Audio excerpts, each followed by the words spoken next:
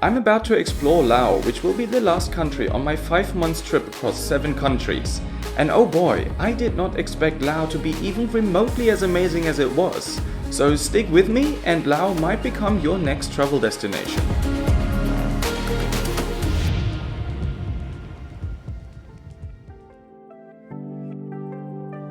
After the exciting yet wild and exhausting 2 weeks in Chiang Mai and Pai, my 2 travel buddies Hamish, Albert and I decided that the 2-day slowboat experience would be a welcome contrast, and we were not disappointed. Cruising on the Mekong River through the pristine and tranquil Laotian jungle had almost a hypnotic quality, especially compared to the loud and fast-paced previous weeks in Thailand, and many people on the boat seemed to be using the time to reflect on their journey. After a great overnight stay in Pak Bang, a small village on the banks of the Mekong, the second day on the boat became livelier. What? For me? Yeah. Why don't Last time you slept that peacefully. Yeah, but I look like this when I'm everyone. asleep. Yeah. You do like sleep with your eyes like slightly. Yeah, it looks creepy as fuck. What? Also, he's sleep talking loud. The group bonded more and more, using the 9-hour journey to exchange stories about the past and discuss our expectations for our trip to Laos. Also, on that boat, I shot some of my favorite capture the moment photos of my entire trip.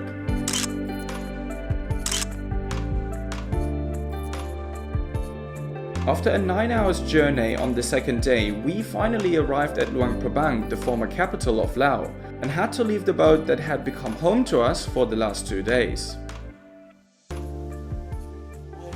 First day in Luang Prabang. After arriving in Luang Prabang yesterday, after 15 hours of slowboat driving in the 2 legs, so we had the first leg about 6 hours and then the second day with the second leg about 9 hours.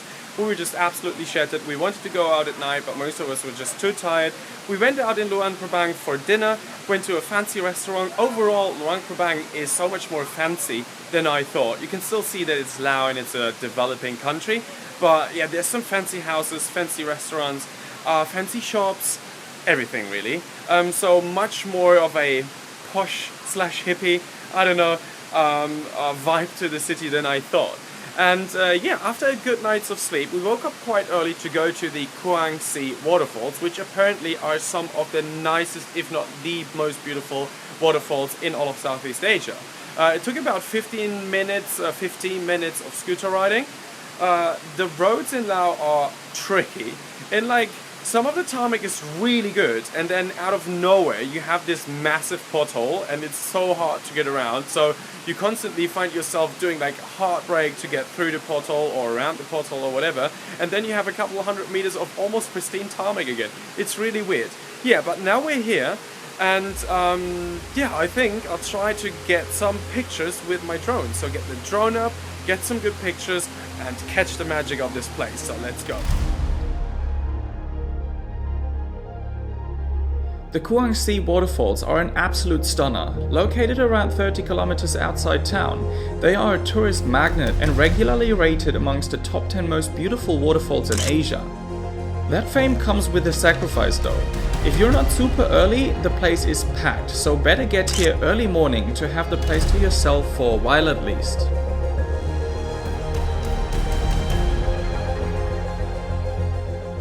So this is nice now. Stairs, and then these stairs just turn into a waterfall. That is cool. So yeah, it's a bit tough to do with my shoes, but I imagine this is a great walk for kids or whoever has only sandals on and shoes that can't get wet. Ah, this is nice now. A viewpoint. Lao, you delivered so much more in the last 2 days than I thought. This is freaking breathtaking. Views. I want to say I had mixed feelings coming to Laos. I was like, okay, I'll do this because, you know, the country is right around the corner. It's just another adventure and all these things, but I wasn't too sold on actually going to Laos. Now that I'm here, it's been cool. Luang Prabang is such a nice city. The boat tour was nothing I need to do every day, but it was definitely an experience. And this is like so cool, like the waterfall, these views. Ah, that's class. That is really good.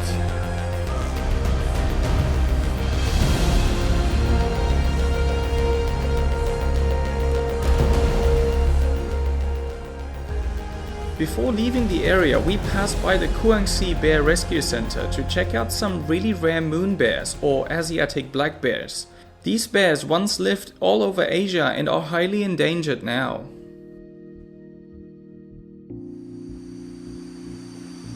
This is so good. They have a good life, I hope. Looks like it.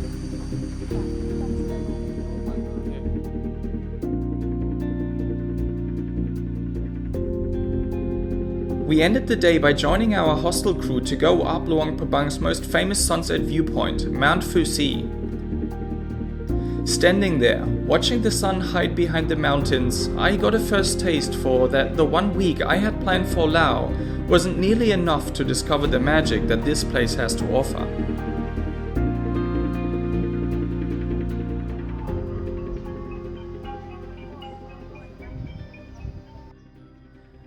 The next morning I used to visit the former King's Palace, which, much to my appreciation, was not nearly as excessive as the one in Bangkok, but equally well curated. Before leaving Luang Prabang for Vang Vieng in a rather unsuspected fashion.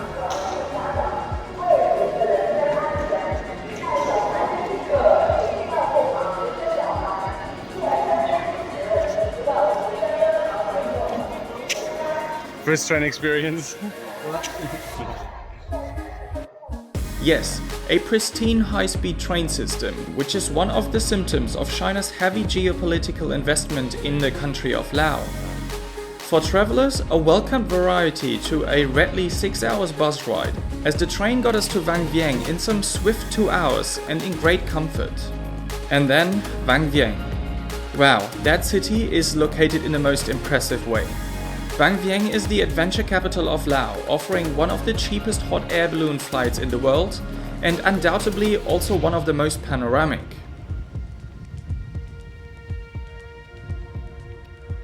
And then it was time for sunset again, with a little less sun, but an incredibly panoramic view, as the city is surrounded on all sides by huge limestone formations. Oh, and did I mention that you can also do about the world's cheapest paragliding flight here? We had a blast that evening, and I did my best to become official Beer Lao ambassador by drinking a lot of it.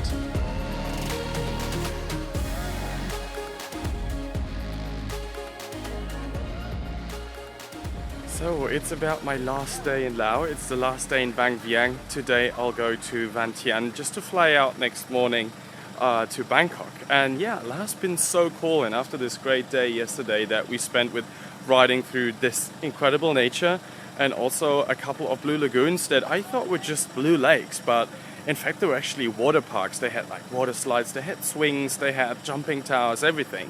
So that was a really, really good day, and I kind of wish I had given myself more time in Laos, but I didn't, so flights booked, everything. So yeah, that is the very last activity that I'll do in Laos here, and it will be a viewpoint, which apparently is one of the best in Laos.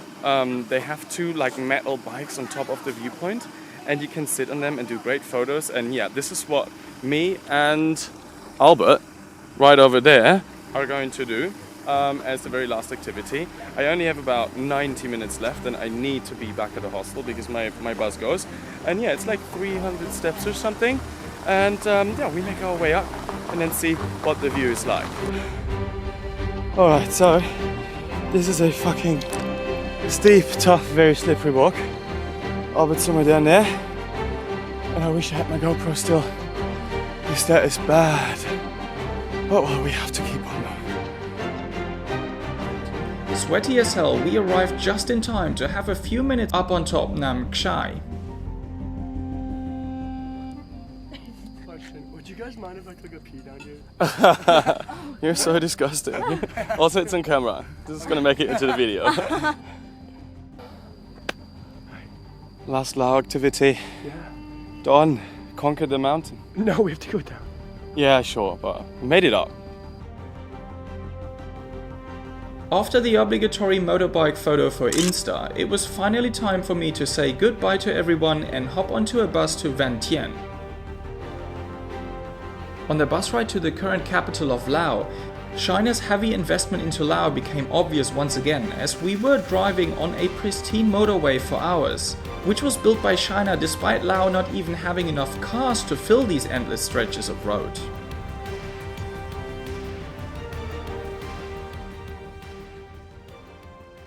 So I'm in Vientienne, which is the capital of Laos. I'm on my own. I parted ways with the group from the slow boat and the other people we met along the way in Laos.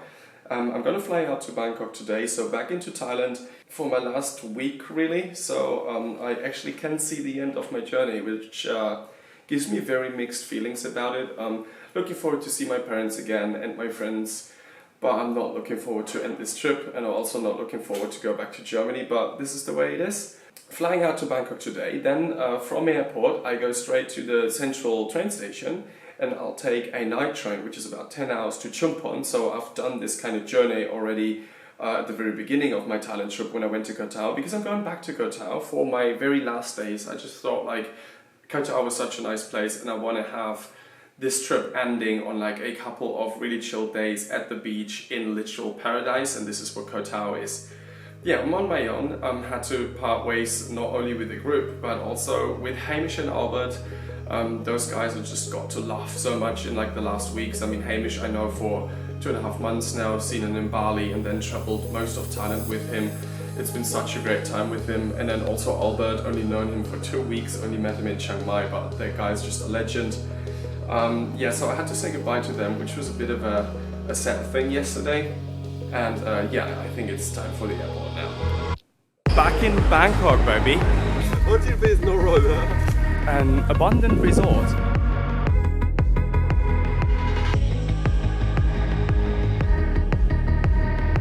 I'm leaving Koh Tao.